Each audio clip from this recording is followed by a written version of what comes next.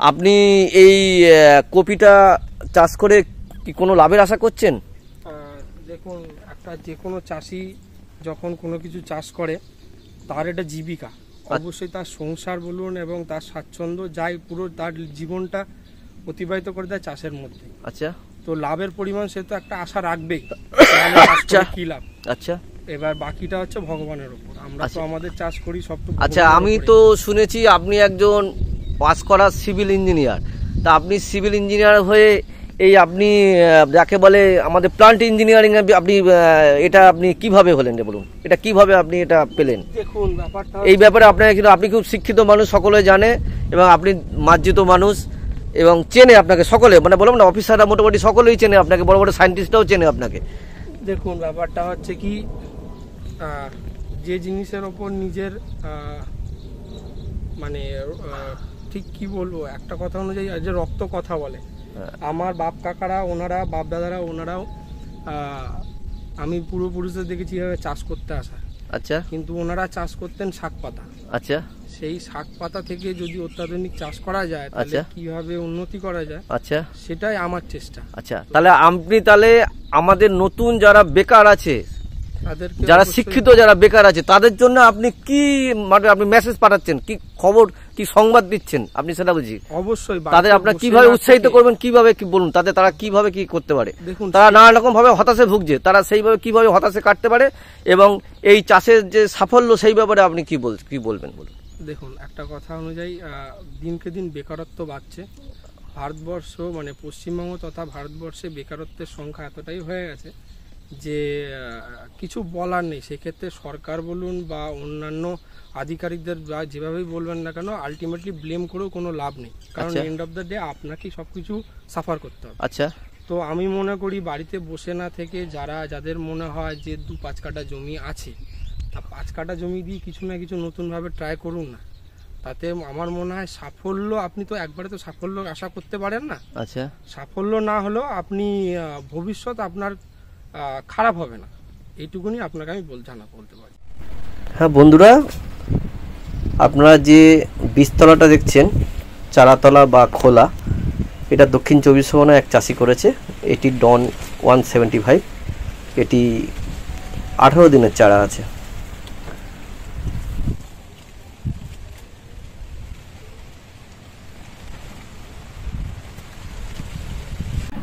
হ্যাঁ বন্ধুরা, আপনারা এই যে চারাটি রোপণ করা হয়েছে, এই চারাটির বয়স আজকে 10 দিন। 10 দিনে এত সুন্দর চারা হয়েছে। এটিও ডন 175 আছে। বন্ধুরা, যে চারাটি স্প্রে করা হচ্ছে এই চারাটি ডন 175 আছে, 7 এটি আজকে বয়স হচ্ছে 23 থেকে 24 দিন।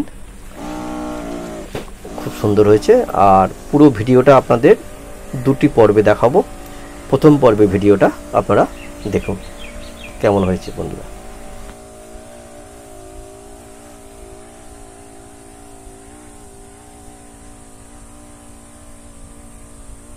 আচ্ছা, আপনি এটা কি স্প্রে করছেন? আমি এটা এখন দিচ্ছি ফাঙ্গিসাইড। আচ্ছা, ফাঙ্গিসাইড। হ্যাঁ। আচ্ছা, এর মধ্যে কি কি দিয়েছেন আপনি ফাঙ্গিসাইড হিসাবে? এর মধ্যে দিয়েছি আমি 15 লিটার জলের জন্য আমি ব্যবহার করেছি 25 গ্রাম M45। আচ্ছা। আর এক পাতা মেটালাক্সি 35%। আচ্ছা। আর তার সঙ্গে ব্যবহার করেছি আমি আপনার দিলাম 45 দিলাম, প্লান্টোমাইসিন। আচ্ছা, আচ্ছা, প্লান্টোমাইসিন দিলাম 1 গ্রাম করে লিটার প্রতি, মানে 15 লিটার জলে 15 গ্রাম। আচ্ছা।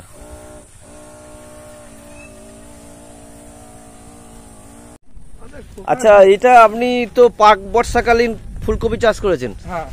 তা এটা কতদিনের আপনি চারা লাগিয়েছেন? এটা কতদিন বয়স হলো গাছগুলো? এই গাছগুলোর বয়স হচ্ছে আপনার 20 থেকে 22 দিন। 20 থেকে 22 দিন।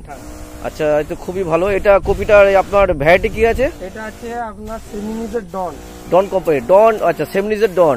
আচ্ছা, মানে ডন 175 যেটা 45 ডেজ এবং এটা গরমেই চাষ হয়, তাই তো? হ্যাঁ, গরম এবং বর্ষায় দুবাই এর সহ্য ক্ষমতা সবথেকে বেশি। আচ্ছা,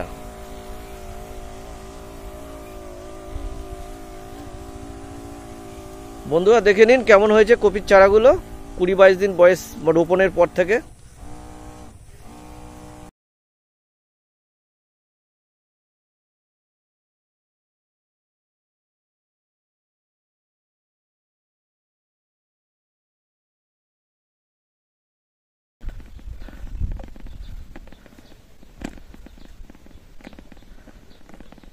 নমস্কার বন্ধুরা, অন্নদাতারা, আমার প্রিয় চাষি ভাইরা, আজকে আমি এসেছি একটা কপি খেতে এক চাষির সাথে। চাষি এই কপিটা চাষ করেছে, আর এই কপিটা আপনারা দেখছেন, এটা হচ্ছে প্রাক বর্ষা বা প্রি যাকে রেনি সিজনের কপি, এটা কাউলিফ্লাওয়ার। এই ফুলকপিটা উনি চাষ করেছেন। আজকে ওনার সাথে কিছু আমরা বাক্যালাপ করব, জানতে চাইবো উনি কিভাবে এই পদ্ধতিটা জানলেন, উনি কিভাবে চাষ করছেন এবং উনি এতে কীরকম সাকসেস বা সাফল্য পাবেন, সেই ব্যাপারে ওনার সাথে আমি আজকে আলোচনা করব। আচ্ছা চাষি ভাই, বলুন আপনার নাম কি প্রথমে বলুন। আমার নাম হচ্ছে সুদীপ্ত মণ্ডল। আচ্ছা, আপনার সুদীপ্ত মণ্ডল, আপনি গ্রাম হচ্ছে আমাদের বাসুদেবপুর রাজবংশীপাড়া। আচ্ছা, শ্যামনগর, উত্তর 24 পরগনা, কাউগাছি 2 নম্বর পঞ্চায়েতের অন্তর্গত এই জায়গাটি। আচ্ছা, এটা ব্লক হচ্ছে এটা হচ্ছে ব্লক হচ্ছে বি ব্যারাকপুর 1। আচ্ছা, বি ব্যারাকপুর 1। আচ্ছা, এই ব্লকে আপনি এটা কি কপি চাষ করেছেন আপনি? এটা হচ্ছে আমি চাষ করেছি ডন কপি চাষ করেছেন। হ্যাঁ। আচ্ছা, এই কপি গাছগুলোতে এত সুন্দর কপি আপনি চাষ করেছেন, আগে কি এই কপি চাষ করেছিলেন? না, আমি গত বছরে একবার ট্রাই নিয়েছিলাম। হ্যাঁ। তাতে আমি যে ধসা রোগ লেগেছিল, সেই ধসা রোগ আমি আটকাতে পারিনি। আচ্ছা, এবছরে আমি সেই প্রিকশন গুলো নিয়েই আবার এই কপিটা চাষ করেছি। তো আপাতত তো গাছ মোটামুটি ঠিক আছে। এগুলো পুরনো পাতা, আপনি যেগুলো দেখছেন যে এই যে বা আপনারা যেগুলো দেখছেন যে এই যে ধসা পাতাগুলো হচ্ছে পুরনো পাতা। আচ্ছা, যখন আমি বসিয়েছিলাম সেই সময়ের পাতা। আচ্ছা, এই ধসা পাতাগুলো এখন যেন বাকি গাছগুলোকে ডিস্টার্ব না করে, সেই জন্য এগুলোকে আমাকে তুলে ফেলে দিতে হবে। খুব ভালো উদ্যোগ, আপনার মতো খুব ভালো উদ্যোগ দেখছি। হ্যাঁ, বন্ধুরা, আমি আপনাদের সাথে পরিচয় করে দিচ্ছি যে ইনি হচ্ছেন সুদীপ্ত মণ্ডল। উনি হচ্ছেন বারাকপুর 1 নম্বর ব্লকে বাসুদেবপুর গ্রামে প্রগতিশীল চাষি। উনি ওনার খুব নাম আছে, এবং আমাদের যত বড় বড় সরকারি অফিসার আছেন এগ্রিকালচার, আমাদের কৃষি দপ্তরে, ওনাকে সকলেই এক বাক্যে চেনেন। বারাকপুর 1-এ হোক, ডিস্ট্রিক্টে হোক, উনি সবসময় নতুনত্ব চাষের দিকে নজর দেন বরাবরই। উনি এবার এই চাষটি করেছেন। এই কপিটা হচ্ছে আপনার ডন 175।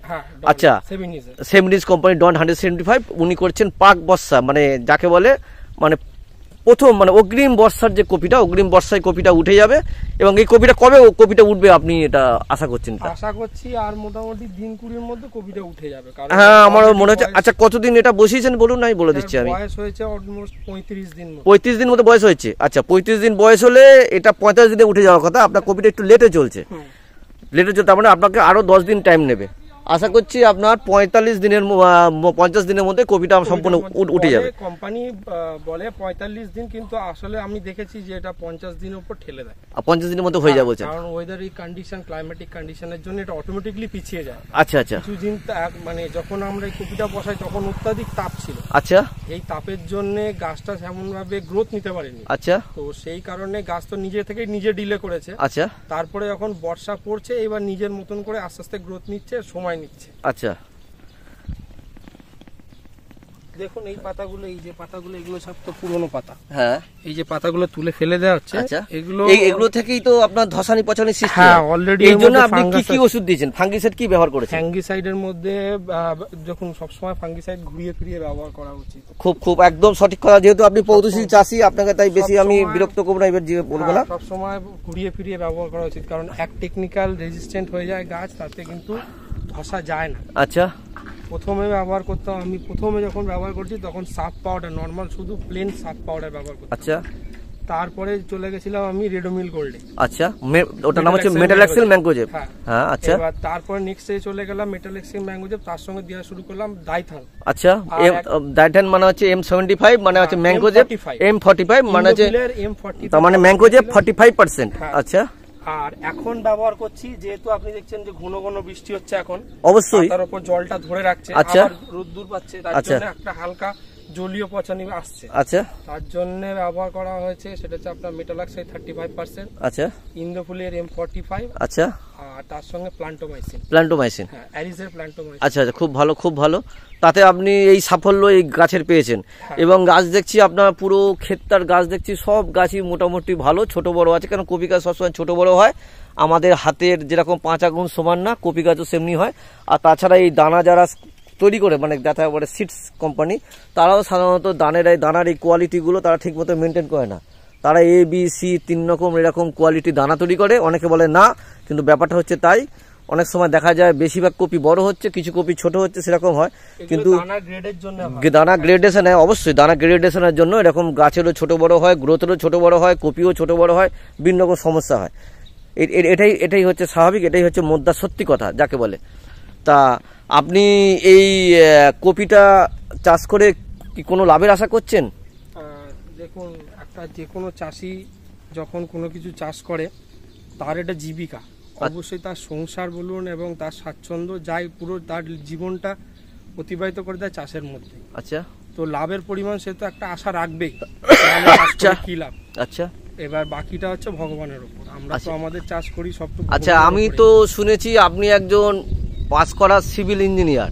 তা আপনি সিভিল ইঞ্জিনিয়ার হয়ে এই আপনি যাকে বলে আমাদের প্লান্ট ইঞ্জিনিয়ারিং আপনি এটা আপনি কিভাবে হলেন বলুন, এটা কিভাবে আপনি এটা পেলেন? দেখুন, ব্যাপারটা এই ব্যাপারে আপনাকে কিন্তু, আপনি খুব শিক্ষিত মানুষ, সকলে জানে, এবং আপনি মার্জিত মানুষ এবং চেনে আপনাকে সকলে, মানে বললাম না, অফিসাররা মোটামুটি সকলেই চেনে আপনাকে, বড় বড় সায়েন্টিস্টরাও চেনে আপনাকে।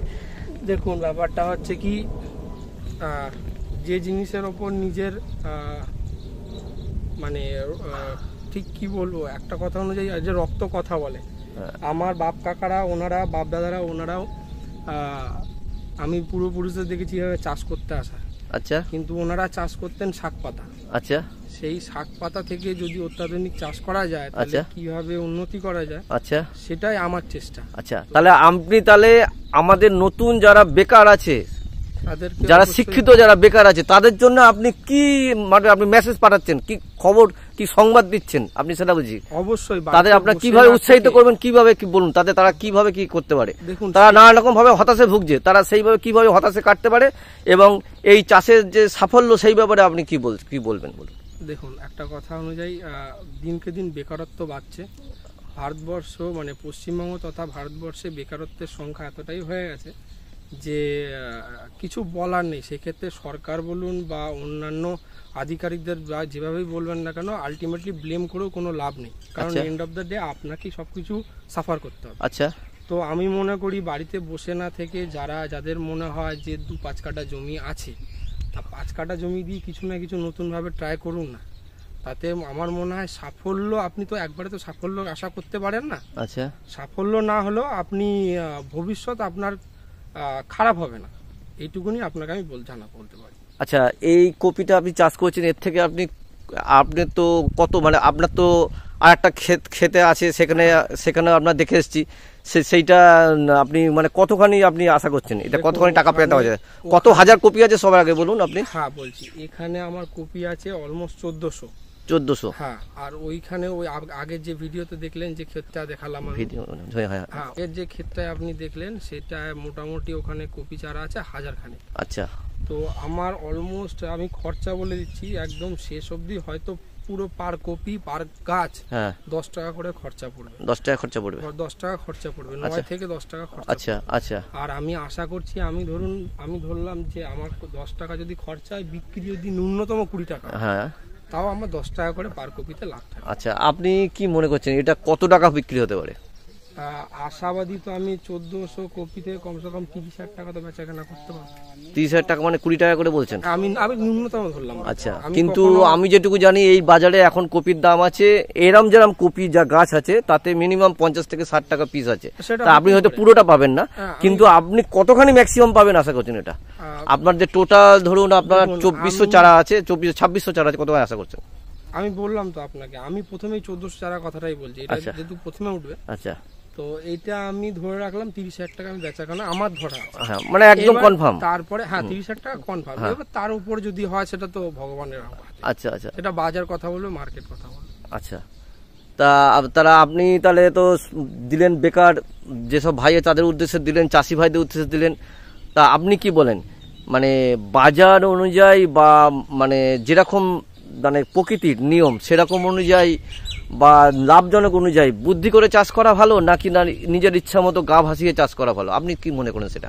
দেখুন, ব্যাপারটা হচ্ছে কি, চাষিদের অবশ্যই প্রগতিশীল হওয়া উচিত। একটা জেনারেশন চলে গেছে যারা চাষিরা শুধু শাক পাতা নর্মাল চাষ করে তাদের জীবন অতিবাহিত করতেন। তাতে তাদের বহু চাষিদের দেখেছি তাদের সুসাইড করার জন্য। আচ্ছা। কোনো একটা ফসলে যদি লস খায় তার সেটা মেরুদণ্ড থাকে না যে ব্যাকআপ দেবে। আচ্ছা। কিন্তু আপনি যদি প্রগতিশীল চাষি হন, আপনার যদি কোনো একটা বিষয় যদি কোনো লস হয়, আপনি সেটাকে ইজিলি ধরে নিতে পারবেন যে আমার লস হয়েছে, কোনো ব্যাপার না, আমি নতুন চাষের জন্য রেডি। আচ্ছা। তো এই জন্য আমি সবসময় বলবো যে যারা প্রগতিশীল চাষি হবে বা আপনি যদি একটু বুদ্ধি করে চাষ করেন, আপনার হয়তো দেখা গেলো কোনো একটা চাষে আমি ধরলাম লস হয়েছে, আমি ধরলাম এই কপি ক্ষেত্রে আমি বিক্রি করতে পারলাম না। আচ্ছা।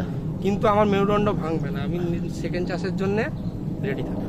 আচ্ছা, আপনি খুব ভালো কথা বলেছেন এবং সব চাষিদের উদ্দেশ্যে খুব ভালো আপনি একটা মেসেজ পাঠিয়েছেন, যাকে বলে একটা সুন্দর সুসংবাদ পাঠিয়েছেন।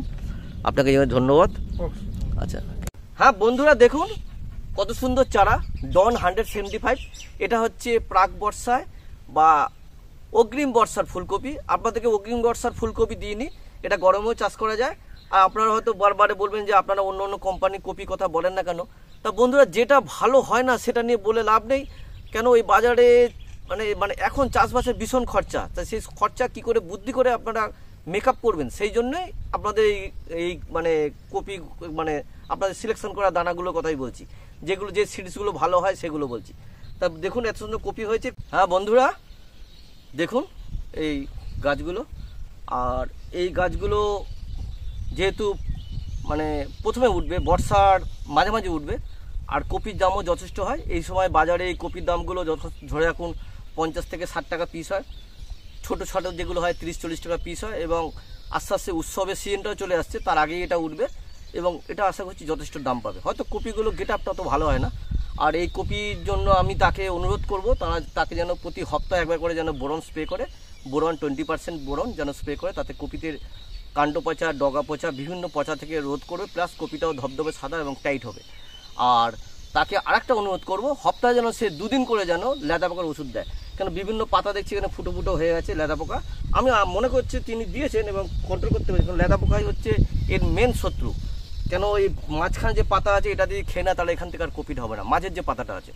তাই সবাইকে অনুরোধ করব, সব বন্ধুদের অনুরোধ করব, যারা এরকম চাষ করবেন, এরকম যাকে বলে অসময়ের চাষ, অসময় যারা এরকম চাষ করবেন, তারা যেন এইভাবে মানে আগে থেকে যেন তারা সব কিছু গুছিয়ে গেছে নিয়ে যেন চাষটা করেন এবং চাষটা যেন তাদের যেন সাকসেস হয়, এটাই আমি আশা করছি।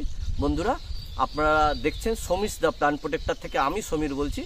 আজকে আপনাদের দেখালাম সুদীপ্ত মণ্ডলের সাথে, আর সুদীপ্ত মণ্ডল একজন প্রগতিশীল চাষি, তার ক্ষেত দেখালাম আপনারা কি করে মানে অগ্রিম বর্ষায়, পাক বর্ষায় কি করে আপনারা ফুলকপি চাষ করবেন এবং সেই ফুলকপি চাষ যথেষ্ট চ্যালেঞ্জের চাষ, এটা কী করে করবেন, কেন এই প্রচণ্ড ঝমঝম করে বৃষ্টি, তার মধ্যে চাষ, এটা কোনো ছেলেখেলার ব্যাপার না, এটা যথেষ্ট কঠিন এবং চ্যালেঞ্জের ব্যাপার। এবং কি করে এই কপিটা তুলবেন এবং চ্যালেঞ্জ করে যিনি জেতেন তিনি হচ্ছেন মানে যাকে বলে সেরা, এবং তিনি সবচেয়ে বেশি লাভবান হতে পারেন। এবং এই চাষ মনে হয় সহজ চাষ, কিন্তু এটা সহজই চাষ, এবং এইভাবে করে আপনারা যাতে সমৃদ্ধ হন সেই আশায় আমি করছি। এবং আমি সুদীপ্ত মণ্ডলকে আমি অনেক অনেক শুভেচ্ছা শুভকামনা জানাচ্ছি, তার আরও ভালো হোক এবং তিনি যাতে আরও সুন্দর সুন্দর আরও ভালো ভালো যেন তিনি যেন চাষিদেরকে উপহার দিতে পারেন, এবং অন্য যারা চাষিরা যেন তাকে দেখে যেন আরও উদ্যোগ নিয়ে আরও যেন ভালোভাবে চাষ করতে পারেন। বেকাররাও যেন এইভাবে এগিয়ে এসে তারা যেন একটু চাষে বা এগ্রিকালচার দিকে মন দেন, যাতে তাদের বেকারত্ব দূর হয়।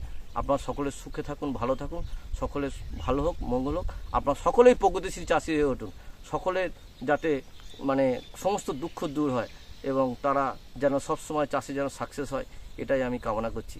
আপনারা সকলে ভালো থাকবেন, আপনারা সকলে ভালো হোক, আপনারা সবাই সুস্থ থাকুন, ভালো থাকুন, সকলকে নমস্কার ও ধন্যবাদ।